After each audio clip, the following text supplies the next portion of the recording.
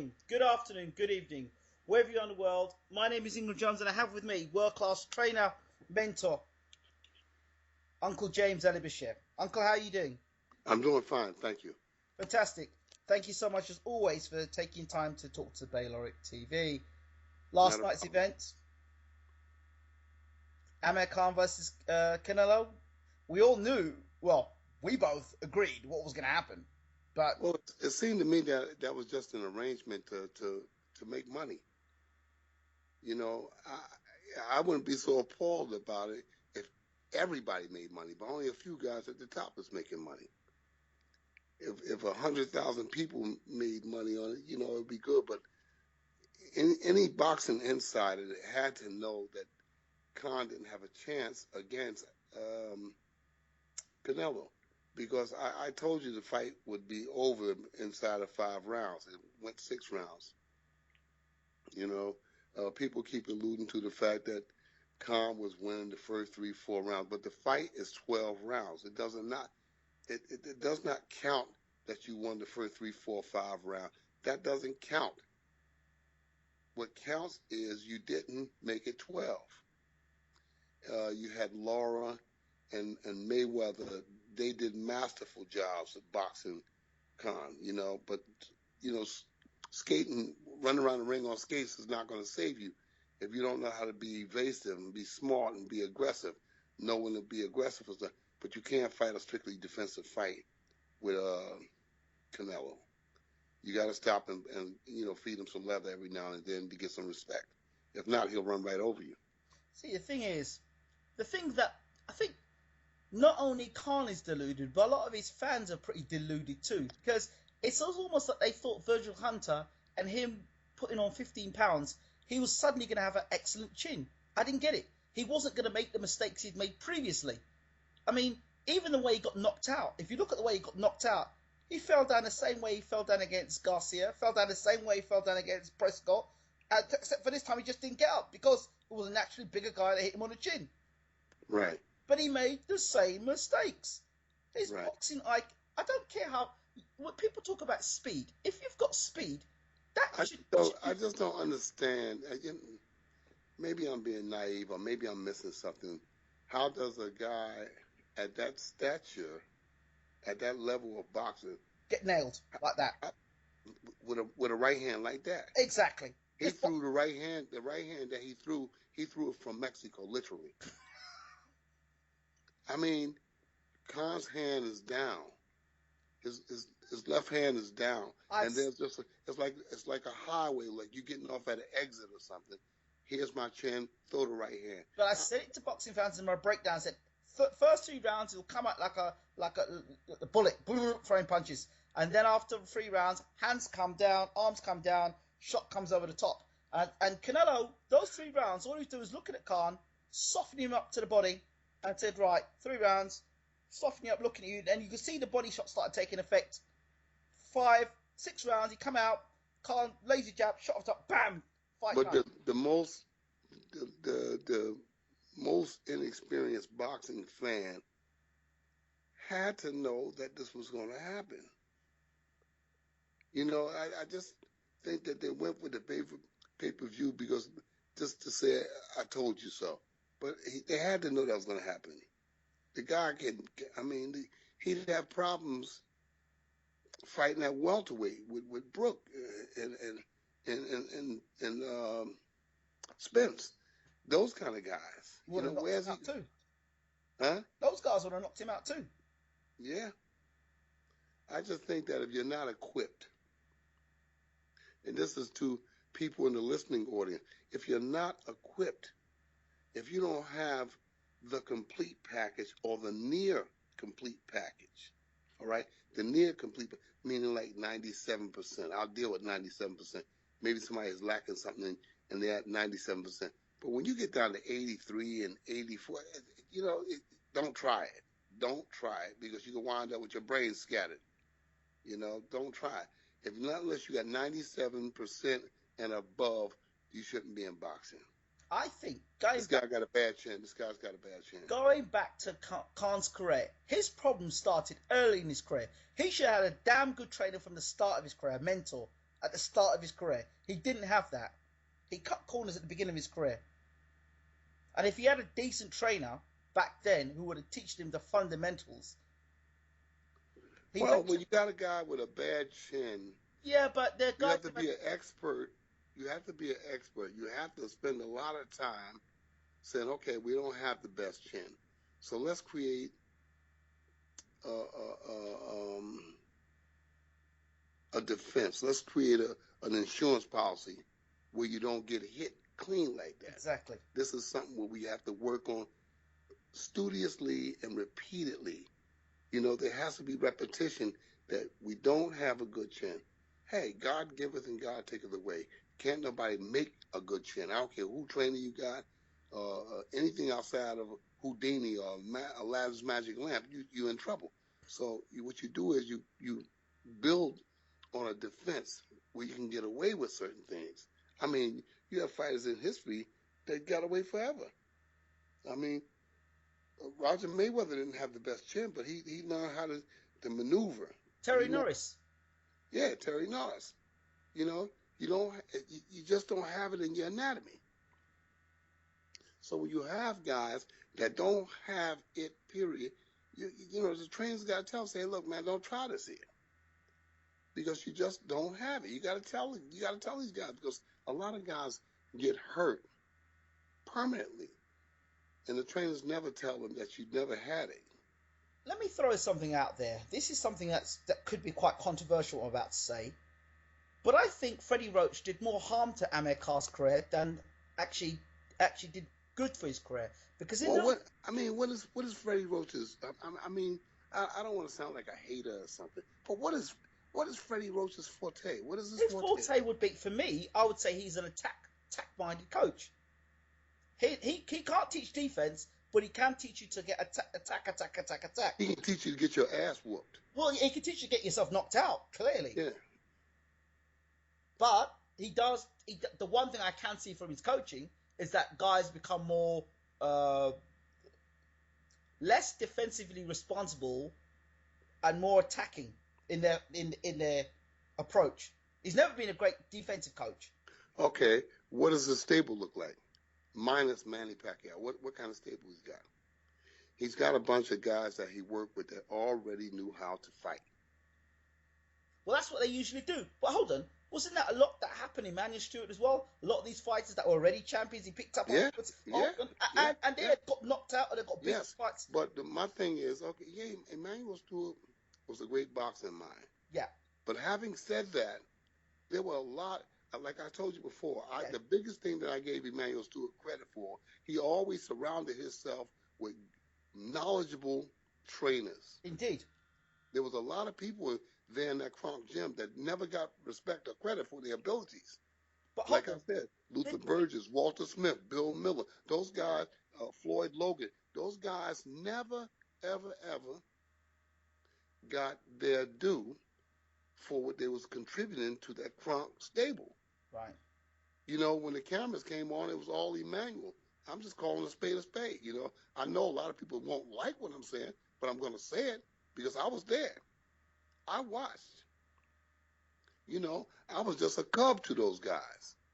You know, when I came in, I was just a cub. I was just soaking up all the knowledge from the guys. Well, Freddie Roach had Eddie Futch, did he not? Did he not learn from Eddie Futch? Well, Eddie Futch had Freddie Roach, but Freddie Roach was a catcher. I told you I had a guy beat him in Atlantic City years ago, and they gave Freddie Roach the decision. I had a guy that boxed Freddie Roach. That's how long I've been training boxing. I had a guy that boxed him, that boxed Freddie Roach in Atlantic City and won the fight. And the fight might still be on YouTube if you look at it. Mm-hmm. I thought the guy might have edged the decision out, but they gave Freddie the decision because he's working with Eddie Futch. Okay. You know, but they get all these accolades, and you know he knows boxing, but you know don't make the guy bigger than Mount Everest. You know, you're working with guys that already knows how to fight. I'm looking for the guys that's bringing guys from the very beginning. You know, Emmanuel Stewart was very instrumental in the careers of Jimmy Paul, Thomas Hearns? Milton McCoy, Tommy Hearns, of course, Yes. Dwayne Thomas, you know, a couple of those guys. He was there, but there was a lot of other trainers there. That was, I mean, no one man can train all those fighters. No one man can do it. You had to have people there that knew it. You know, Emmanuel Stewart, when he asked me to come to the Cronk Gym to train boxers, he said, I need you there because I need people around me who knows boxing, and you know boxing. I spent all those years in Lennox Lewis camps with him, and then at the end of Lennox's career, the night that he fought Victor Lee Klitschko in California, and I was getting ready to leave the next morning, Emmanuel said, no, we're going to stay a couple of days, just stay in the room. I'll take care of the room, just stay in the room. And then I came back home, and I packed my bags, and I went to Detroit at Emmanuel Stewart's request. You understand? That's how Emmanuel works. So I give credit to Emmanuel. He always surrounded himself with sharp-minded trainers. That's what made him exclusively desired as a trainer, because he always had good people around him, good trainers, people that was knowledgeable. Okay. And that's how they build on it, you know. I'm sure Freddie Roach got guys out there that's working under him, Yeah. you know, guys that's coming along now. But that's how, you know, you learn the sport. You know, so I work with them. I work with Emmanuel, and if I took another job, Emmanuel Stewart was the kind of guy who would call up and say, "Listen, I don't want you to work with that person. I don't want you to work with this person. I don't want you." He would call me up wherever I was in the country and says, "All right, you can do the job there, but come on back here. Don't even start that. Don't start that. You know, we got an agreement. I got a contract with you. Don't." He didn't want me to work with nobody. He never wanted me to work with nobody. Emmanuel would call me up and say, "Don't start that. Please don't do that." Wow. All right? Yeah. And then when the contract ran out, I said to Emmanuel, "Hey, what we doing here? You know, if I can't get X amount of dollars a year, then I got to keep it moving. Okay. You know, I got to do some assignment work myself. So this is how these guys work. But most of the time, the guys they have are already made. You know, I think he worked with Evander for the one fight. You know what I'm saying? So there's a lot of guys he worked with one fight or two fights. Jermaine Taylor really worked 2 fights with Jermaine, I think. Yeah. Maybe 3. You know, so it's like a hired gun kind of thing. You know, you want to get the guy that can give you that extra and Freddie Roach happens to be that guy. Teddy Atlas happens to be that guy. But I don't see where they're so special. I don't see where they're so special. Maybe I'm missing something. Maybe I'm hating. I don't know.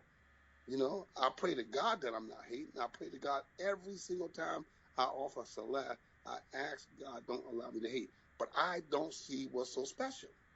Okay. I don't see what they're adding on. I don't see what they, you know, maybe I'm missing something. All the people is the rave about these people. Even the media is the rave about it. But I don't see what's so special. Well, the media could be questionable, very questionable. But we'll and prejudice. Well, we'll go into that. But let's go back to Khan versus Canelo. There's not much to say about that.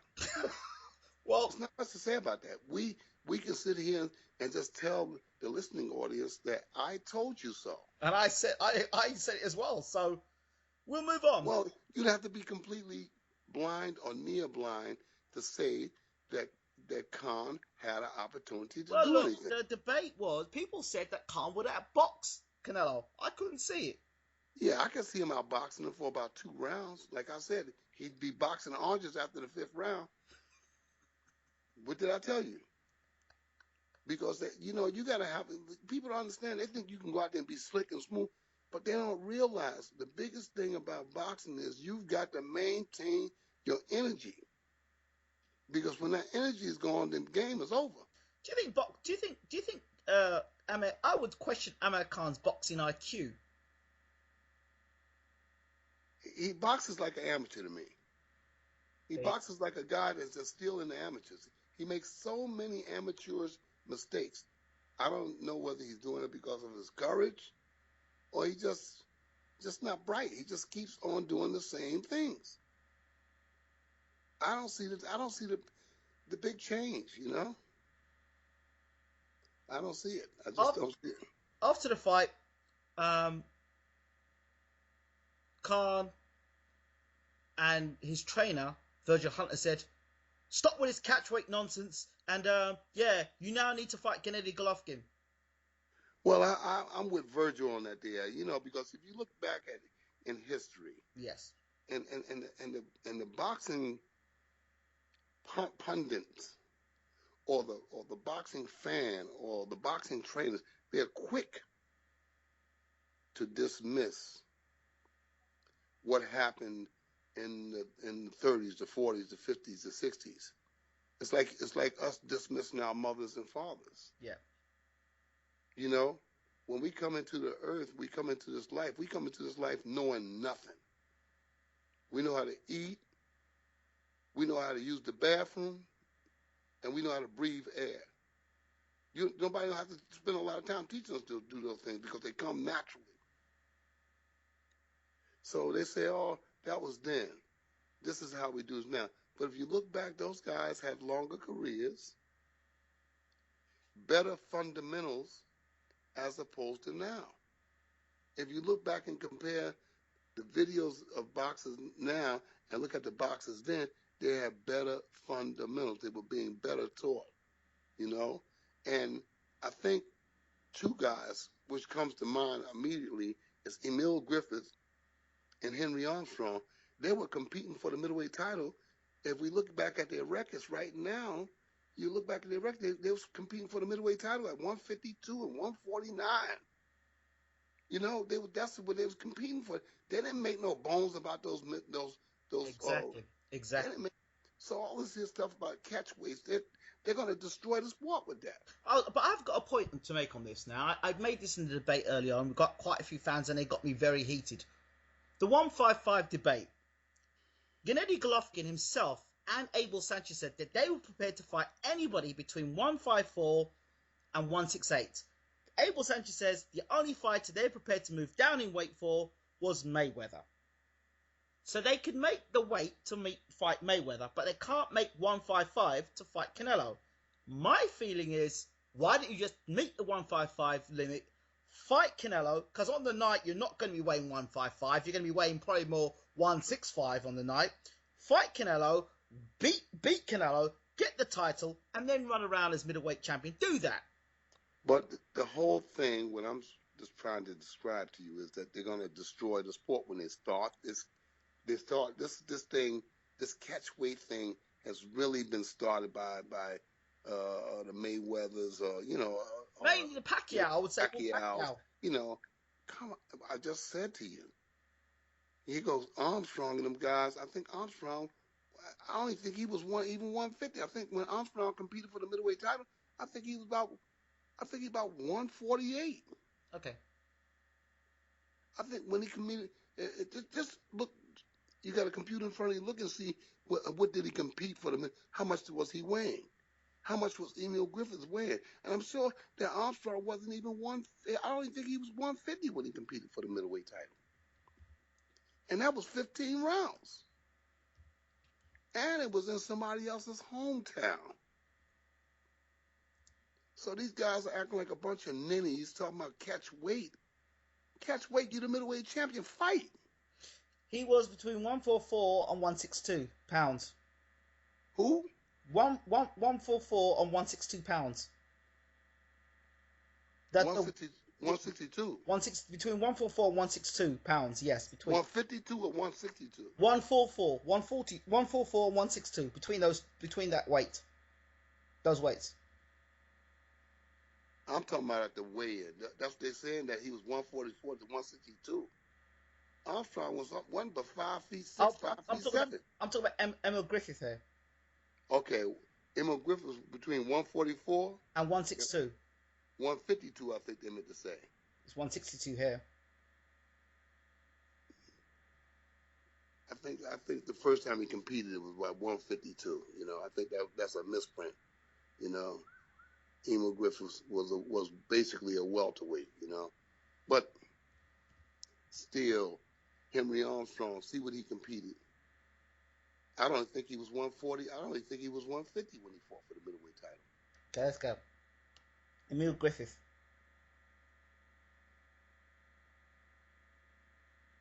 Let me try and fix this here. Okay. World middleweight title. WBC. Ooh. Griffith. You had it. Did you look at Armstrong? No, I'm going to go to Armstrong. I'm going to go Armstrong now then.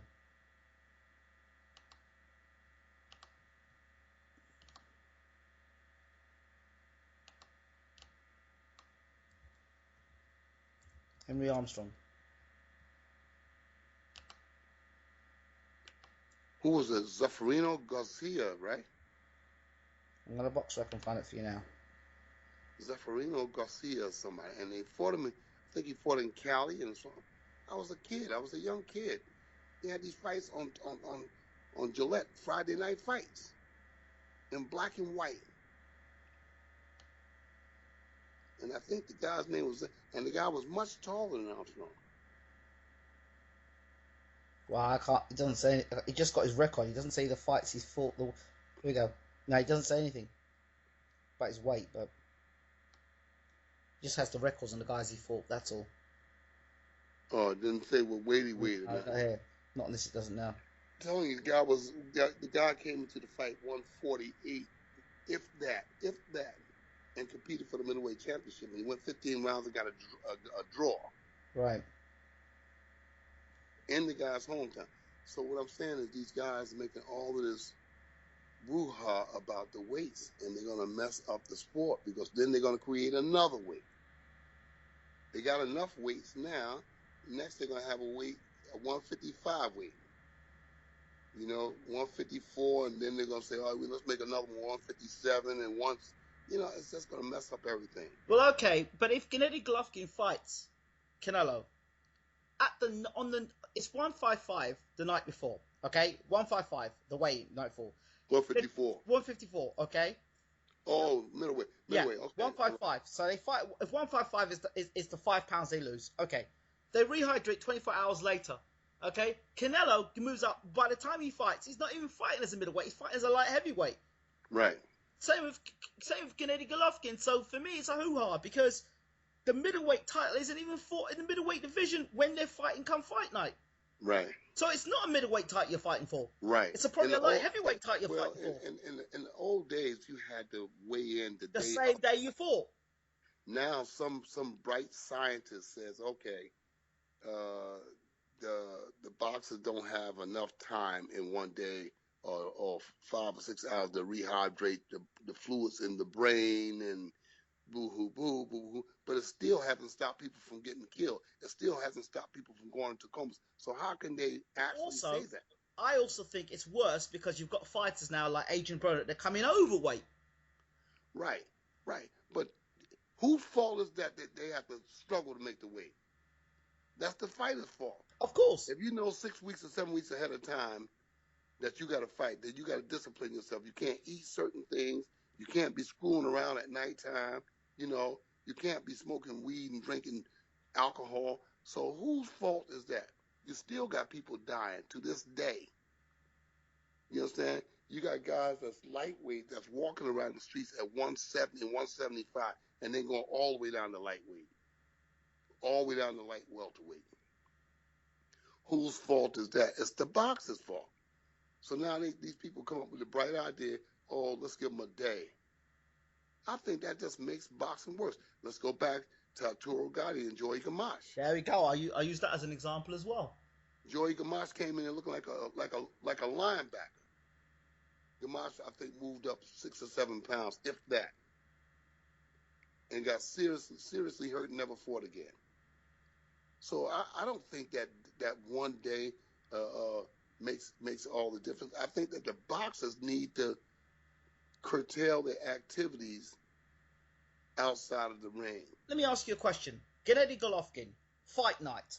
Do you think he weighs 160 or do you think he weighs more than 160? Oh, no. Most definitely it's 171. He's looking like 171. That's my point. So all these people are talking about, the middleweight title.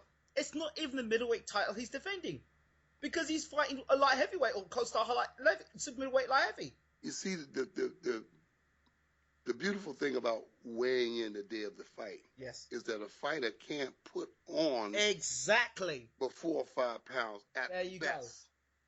go. Because if he gorges himself after the weigh-in, then he's going to affect himself that night in the ring. But if you weigh in today at 5 o'clock, Yep. and you come in the ring the next night at 10 o'clock or 9 o'clock, you've had all that time to do all kinds of stuff. I don't like it. I don't like it, you know. So this is my point. A lot of boxing fans will argue with me about it, but I said, you know what? Wait. Challenging. A boxer's life is a life of challenge. Yep. It's challenging to make the weight the day of the fight. All right. I admit that they should have the weigh-in a bit sooner. I think the weigh-in should be at 10 in the morning so that the guys can go and rehydrate.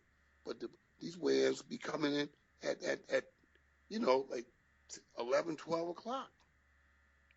That doesn't give the boxer much time to do that. And that gives some fighters more advantages than others. Some guys may rehydrate and put 3 or 4 pounds on. You got some like Canelo, weight 10, 15 pounds. Right. That's the metabolic rate, isn't it? Yeah. So that's not fair, is it? No, it's not. I mean, it's not fair. But what makes it even worse is when they have the 24-hour weigh-ins. It's never made sense to me. I'd like to know how much 12 rounds has never made sense to me. How much was Canelo and Khan weighing on the night? They didn't even mention that. Right. Why? Because they knew it was a great disparity. Just look at them on the scales. You look at the two bodies on the scales. If you look at both of their bodies on the scales, you'll see that there's a great disparity. I was just saying to myself, am I the only one that sees this? It was just a matter of time when the fight was going. Just wait a minute. When I'm just lining you up. Uh-huh. Tap to the body here, a little tap to the shoulder there. Just lining you up. And when I land this, bang, he said, there we go. And immediately the lights was off before he hit the floor. His lights was out before he hit the floor. You know, so. Oh, a few people said, oh, he was boxing better than Lara. No. That's what I said. That's exactly what I said. Lara whooped him, I thought. Lara was in and out, and he was landing punches. There we go. He was giving angles. He was in, he was out. He was boxing smart. He was boxing educated. Yeah, it was a close fight. It was a very close fight with Lara. And Mayweather, who everyone likes to knock and say he's this and that. But yeah, Pacquiao, Canelo's too big for Pacquiao. But he's big. He's good size for Mayweather, though. Can you work that one out? No, Floyd shouldn't even entertain that because, I mean, Floyd Mayweather started his career at 130 pounds, and now they want him to come way up to 55, 60, and 60 and fight those big guys. Those guys are too big for him. He's a small guy. No, he shouldn't do that. He shouldn't do it. And then he's doing everything he can to avoid Andre Ward. The guy, like I said, Triple G, he can fight. But until he has a dance partner, a viable dance partner, you never know how good he is or how good he could have been. He didn't fight Mustafa Hamsho. You know? He didn't fight Juan Roldan. He didn't fight those kind of guys. You can't compare him to Marvin Hagler. Hagler was in tough every time he was in. Yeah, well, some people say he beat Marvin Hagler as well. Nah, he would have had a force that was trying to fight back. He would have had his hands full with Gerald McClellan. You know, those guys wasn't going to come in. It wasn't going to be the GGG show when he got in that ring with those guys. With these guys he's in with now, it's the GGG show. It's the Triple G show. Ladies and gentlemen, welcome to the Triple G show. But if he fought Marvin Hagler, Gerald McClellan, Mike McCallum, those guys, he would have had to fight. James Tony, he would have had to fight. He would have had his work cut out for him. Roy Jones? Roy Jones too. Roy Jones would have beat him up. Marvin Hagler would have beat him up. I'm looking at styles. I'm looking at the temperament and styles. He's a good fighter, but you can't tell. You could tell with Hagler because Hagler was in deep every time he was in. Okay, let me give it to you now. Golovkin versus Canelo. At the moment, I'm going on the side of Canelo simply because I think that Canelo's counter-punching ability would be interesting against Gennady. And I don't know what Gennady can do yet. He's not fought anybody. Your thoughts? Yeah, I can't tell. I can't tell. He's a big, strong, tough middleweight fighter, but I can't tell until he has a dance partner. He's easily hit. I wish that we had a time capsule that put Hagler in it with him. I'm telling you, and put Hagler in it with him. I would love to see that because his style is tailor made for Marvin Hagler. His style of fighting is tailor made for Marvin Hagler. I've seen a lot of guys jump on Marvin Hagler, but I've seen them jump off of Hagler just as quick. I've seen a lot of guys came out with that aggression jumping on Hagler, but I've seen them within 2 or 3 rounds, they was jumping off of Hagler. Hagler was even Carlos Monzon, Nino Benvenuti. I'm going back to guys that was rough, tough middleweights.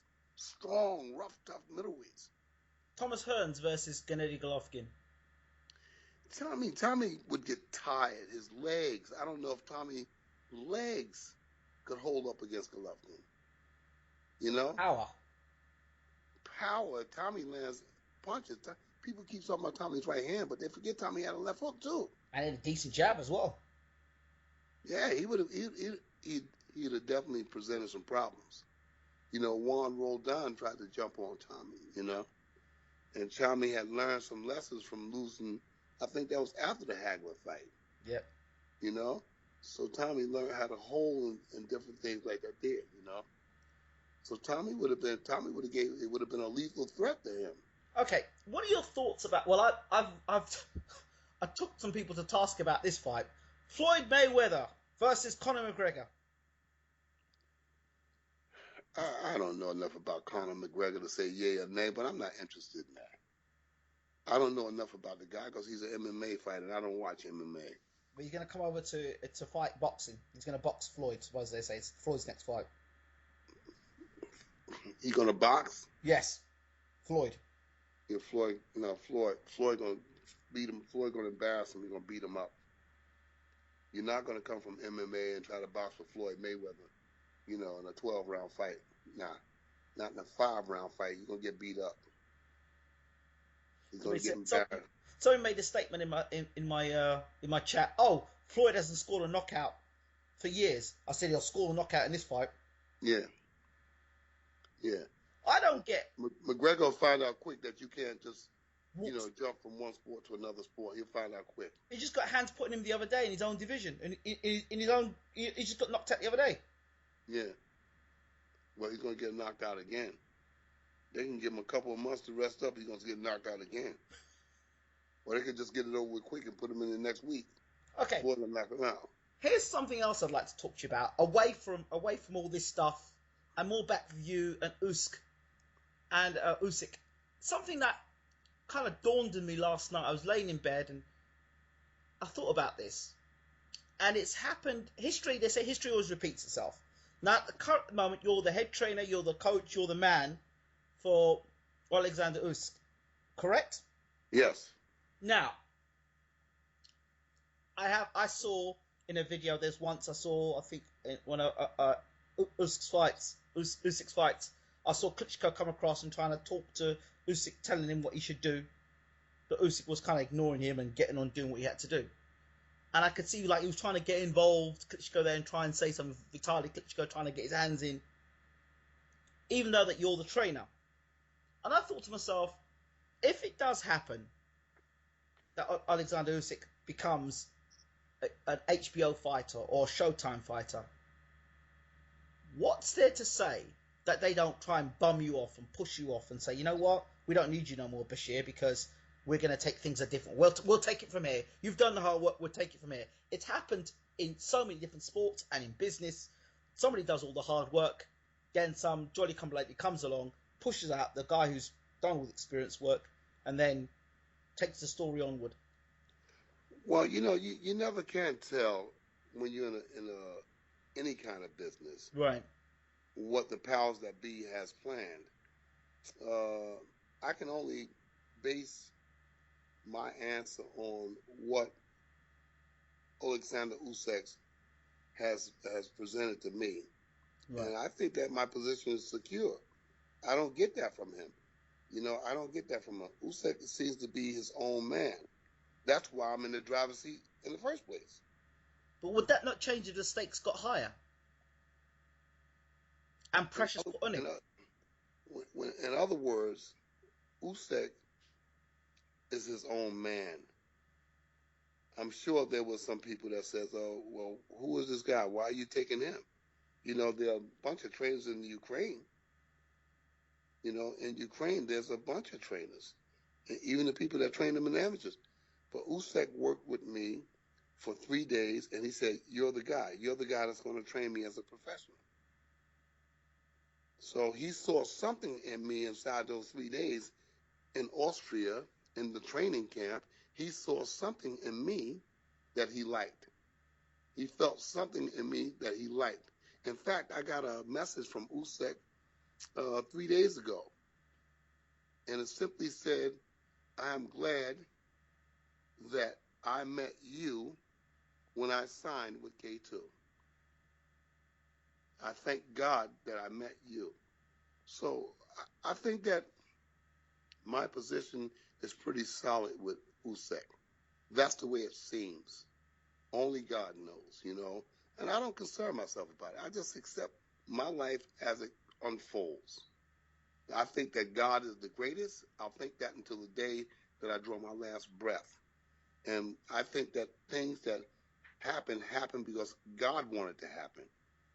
So I don't get that from Usyk. I think he's a very spiritual, very respectful young man who's given all that he has to please me. When I ask him to do something, when I give him a particular assignment in that ring, he goes out and tries to make it happen.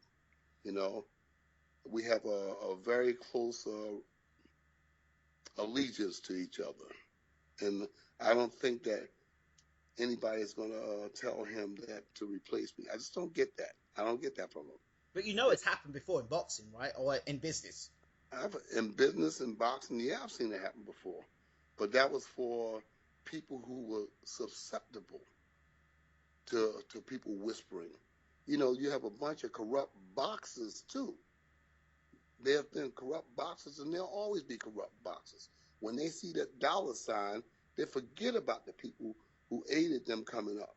When they see that dollar sign, but it never works out for the best. At the end, they never fare well when they have that kind of mentality. Usyk strikes Usyk strikes me as the kind of guy that will stand up tooth and nail for me. You know, I mean, you gotta understand. I'm a black American. And I'm primarily living in a white European country. So there were a lot of people there in Ukraine, probably that some racist and some not. You know, and there are a lot of people there that really didn't like it. I had all kinds of rejection when I came there. But I'm living there in a white country, and I'm traveling around oblivious. I don't I block all that out. I'm here. I got an assignment to train the number one contender in the world. I got an assignment to train the Olympic gold medalist, and that was my assignment. So when I got there, I didn't feel apprehensive about anything. The housing, I was the only black guy there. In the housing, there had to be in the neighborhood I'm living in. It's got to be 100,000 white people. I'm the only black guy there, and I go to the grocery store, do everything they're black. I'm not affected by that. I go back, I see people, I tip my hat to, hey, good morning, how you doing? You know, and I don't care. But Usyk has made me feel right at home. He has made me feel right at home. In fact, he calls me his father. He's told the press, the white press there, that this is my father. This man is my father. So he's made me feel right at home, you know. What he called me Bata, Bata, Bataja, Bata. I said, what's that? He said, big father. So he has made me welcome. He has made me, you know, you're a big father. You Bata to me, you know. And when I ask him to do something, there's never no back talk. There's never a problem. Never a problem. Yeah, Bash. Yeah. Yeah. What Bash said, Bash is good, you know. So he's received me. He's made me feel comfortable. And when we go to the public workouts, it's primarily all white people, but everybody accepts me, or seemingly accepts me, you know. And like I said, I'm not apprehensive. I feel good about my relationship with him. I think that I'm training perhaps I think I'm training the best fighter in the world at 200 pounds at the cruiserweight limit. I think that I'm training the best fighter in the world right now in the cruiserweight division. That's what I'm thinking. I know there's some good guys out there and some good guys that we're going to have to go against, but I think that I got the best guy to do it, you know. And that's what I'm basing my whole effort on. You know, I don't get into what might happen down the road. So, in your mind now, here's a situation: A side, B side. Golovkin has fought a few guys in his record, but he's never fought no A-star opponent, right? He's never fought that real big pay-per-view star. So really, he's still considered a B-side when it comes to Canelo Alvarez. Now, with your situation with Usyk going in against Golovkin now, do you see yourselves as an A-side or B-side around the negotiation table? I don't know. I don't know. Because Golovkin fought Huck, as you know, and knocked Huck out. He beat the man. He knocked out Huck. And he's just beaten Steve Cunningham. Yeah, he beat Steve Cunningham, but I think Steve made a lot of mistakes in that fight. Sure, given, but I mean, at the end of the day, would he not be the man in the cruiserweight division now, or not? Or is that a strong statement to make? Well, you know, I've got a guy here in Usyk that's fought 330 fights as an amateur. As an amateur, but as a pro. Listen what I'm saying. Yep. You can't dismiss those 330 fights. That's a lot of fights, and they were at world class. Some of those fights were 5-round fights. All right? When you fight in those kind of international fights, you're fighting the best fighters in the world. All right? Better Beef is a light heavyweight, one of the best light heavyweights in the world. Yes. Usyk beat him. Usyk beat Better Beef. All right? He beat all of those top guys from Russia. You understand? And Cuba. He's seen these guys. He's beaten them. Now he's 9 professional fights.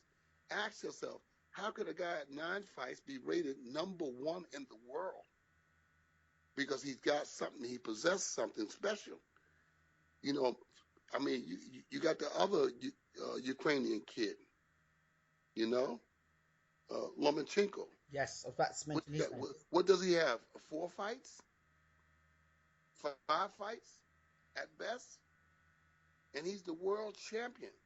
Why? Because he's had those 350, 400 amateur fights, and he's faced the best fighters in the world. Now he's the champion of the world with just 4 professional fights. And you got Usyk, the number 1 contender, with just 9 professional. So, I mean, the negotiations might say he's the B side. But I think when that bell rings, that opinion will change quickly. You know, I don't know where it's going to be because both of them got strong backing. K2 is backing Usyk, and Al Heyman has got Blavatsky. So Al Heyman was more of a powerhouse than K2 then. Right. But what I'm so it may be that it may be that they may or may not. I don't know how it's going to go because I'm not at the negotiating table. My job is to train them, and I stay in my lane. I let the promoters and the advisors do their thing, and I do my thing. My thing is to prepare him for whatever Lebowski has to offer, Are you, and then are you beat him. concerned that your fighter has not fought for a while? No, no. We was prepared for a fight. He had a sprained calf. Stephen Simmons. Huh? Simmons. Yeah, that was the guy you were going to fight, Stephen Simmons, the Scottish guy. Yeah, but I told him to scratch the fight because we got a sprained calf, and I don't want to slip on a bar of soap on the way to the grocery store. So no, leave it. It's not going to affect him. When we go to work in the camp to train, and when we come inside the ring, he'll come in there 101%. He'll be ready. Okay.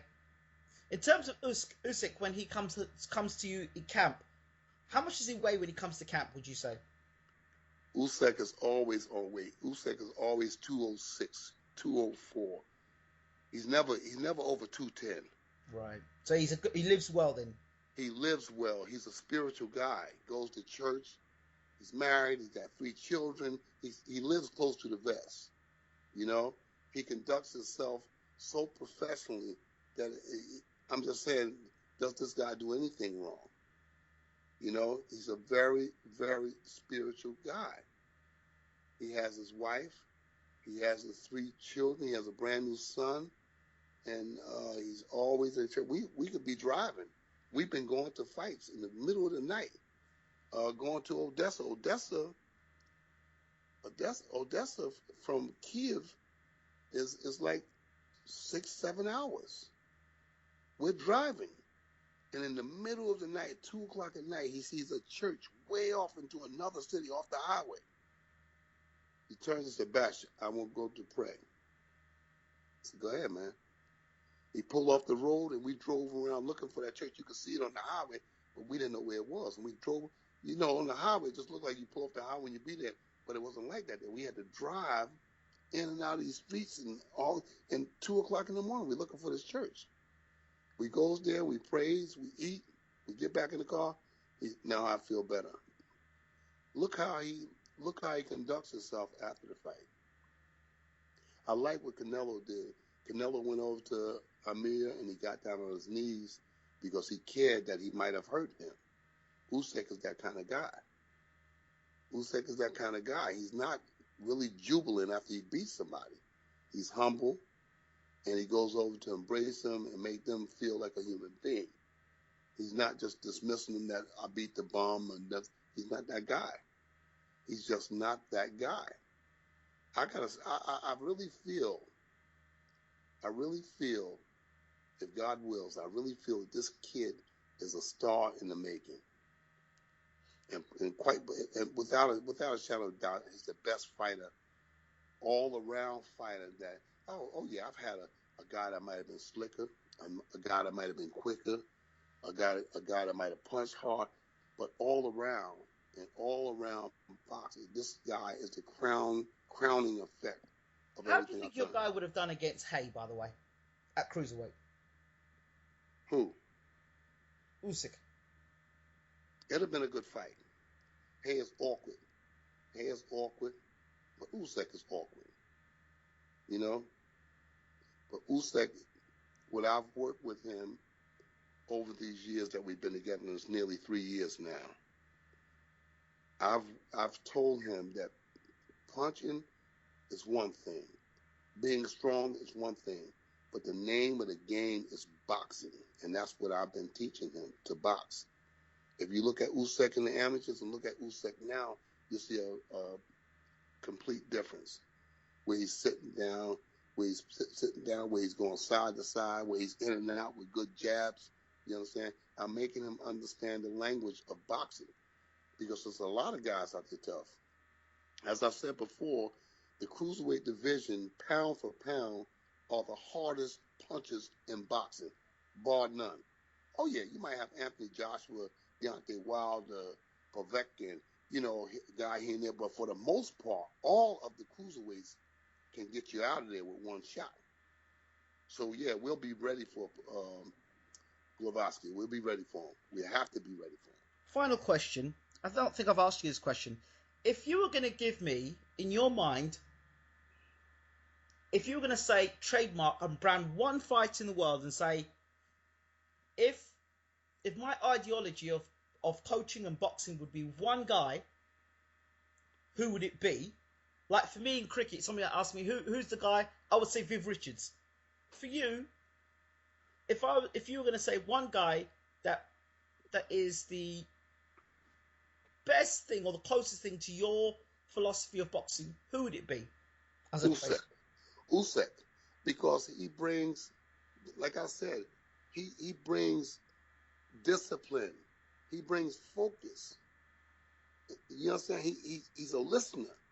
You know, like I said, I've had a lot of boxers who were murderous punchers, who were beautiful, slick boxers, like Maurice Harris. Maurice Harris by far is the slickest boxer I've ever trained. You know, he's one of those guys that I used to sit back and watch and say, "Oh my God!" I was watching him box Mike Tyson, Lennox Lewis, Ray Mercer, Al Cole. I was watching those Maurice Harris as a kid boxing these guys, and they couldn't hit him with a grain of salt. I mean, he was boxing murderous punching Mike Tyson, and Mike was throwing airplanes past his chin, past his head, and this kid was. I said, "Oh my God, you know, what do I have here?" That kid, that's how impressed I was. But when it comes to all around focus, there's nobody more focused than Alexander Usyk. And disciplined and balanced. He has everything. He's the embodiment of boxing to me. Boxing is all around. It's not no one particular. Because when you take away that one particular, like they say, Roy Jones was a beautiful boxer. But when you took away his speed, he was just an ordinary guy. Usyk is an all-around boxer. He has a good chin. He has a good boxing style, good punching power in both hands, good boxing IQ, and never loses his cool in that corner. I'm talking to him, and I got excited one night in the corner. I got excited for some reason. Somebody was doing something to annoy me. And I was telling him, I was telling another guy, I said, "Tell him that I said they cut the ring off the Scott Farmer guy." He said, wait. He just put his hands on and said, "I understand." I said, "You understand what I'm saying?" He said, "Yes, I understand." I'm thinking in my mind, like, "Oh, shit, this guy understands what I'm saying."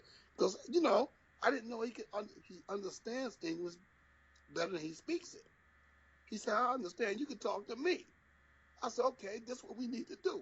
Cut the ring down and finish this fight off. The guy is ready to get out of here. Cut the ring." And he went out there and did just what I asked him to do. He took the guy out of there. He got him out of there with a wicked, wicked body punch. I told him the guy's jumping all around, just hit him hard in the body. He hit him hard in the body, and the fight was over. So, yeah, he's the crowning effect of what I've been trying to get across for many, many years, you know, many years. And I stay in touch with Jimmy Glenn in New York. I spoke to Jimmy this morning, because Jimmy is like a father to me, you know. And I spoke to Jimmy this morning. I keep Jimmy up to speed on what I'm doing with him, and Jimmy likes it. You know, I tell him this is the guy. So I've been around here all these years, but I think this guy could very well be the guy. You know, if God wills, he could be the guy. Uncle Bashir, as always, thank you so much for talking to Bayloric TV. Thank you for your wisdom, your knowledge and understanding, and your ability to share your wisdom. I try to help. Thank you so much. You're welcome. Have a good day. I will do.